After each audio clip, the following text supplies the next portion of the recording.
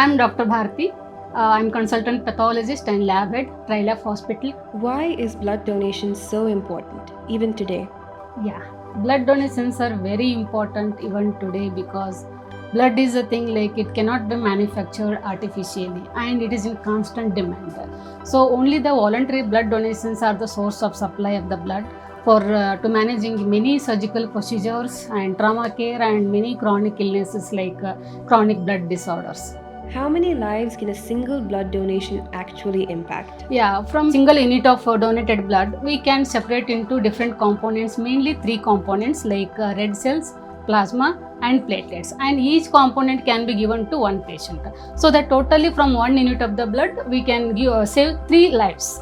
A lot of people want to donate but feel nervous. What would you say to them? Yeah, thing is better they should go with any family members or close friends so that they'll get some confidence. And before donation, when they reach the camp or hospital for donating the blood, they have to express their feeling of nervousness to the staff who is going to collect the blood, so that the staff will give some confidence and explain the procedures and explain the benefits which are going to happen by blood donation, so that that person or donor will feel comfortable and without any hesitation or anything he can aramse donate the blood. And Who can safely donate blood, and how often can someone donate? see, people in between age 18 to 65 years and with good health, they can donate the blood. And their weight should be more than 45 kgs.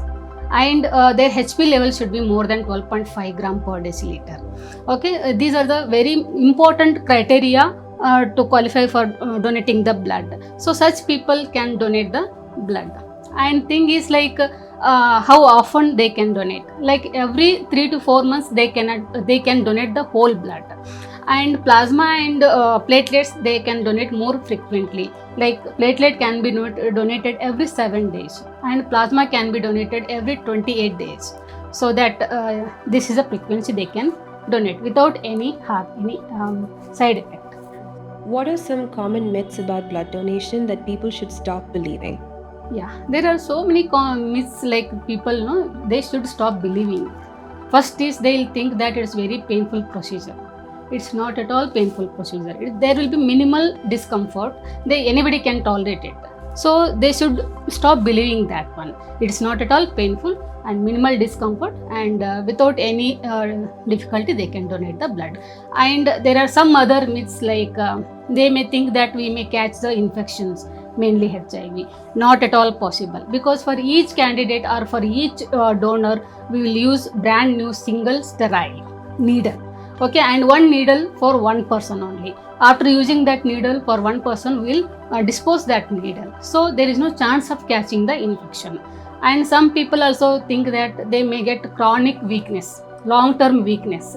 That is also not at all possible, because within 24 hours the lost liquid amount will be restored from the body, and also there will be production of the new cells. So there will not be any chance of long-term weakness. In fact, their health condition will improve. They feel better. Their heart health will improve. Are there certain situations or emergencies where blood donors become especially critical? Yes, there are so many situations like where the donors become very critical. Like first example, like that mass casualty, like any road traffic accident or fall from the height, where blood is emergently required. In that condition, donors become very critical. And there are also some complicated surgeries or complicated deliveries where the blood loss will be more than expectation. In such situation also, blood donors become very critical. And also in managing some chronic blood disorders like blood cancer. And also the people who have very rare type of blood group. So in such situation also, the donors become very critical. What usually motivates regular blood donors to keep coming back and donating?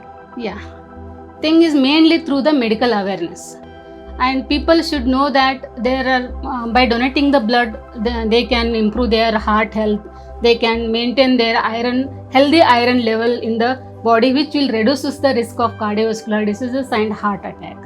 And also they can, by 1 unit of the blood they can save 3 lives, which is very important, and it is a kind of social this thing. So by all these things, and also they'll get the mini health checkup because before donation we'll do minimal investigations or health checkup, like checking the hemoglobin level, weight and blood pressure, pulse measurement, everything we'll do free of cost.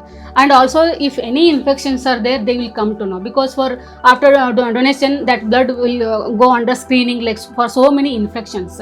In case a person is not knowing that he has infection, but that infection is positive, no, we'll inform that person, so he'll come to know that free of cost. So it's going to help him also. Such things if he knows, no, then he'll come back regularly and donate the blood. On World Blood Donor Day, what message would you like to share with the public? See, already I told blood is it cannot be manufactured artificially.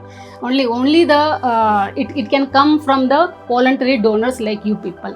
So please donate the blood if you have good health, and if you are age between 18 to 65 years and your HP is matching, and like all the criteria if you are going to meet for the blood donation, kindly donate the blood, because it cannot be manufactured artificially and it's in constant demand.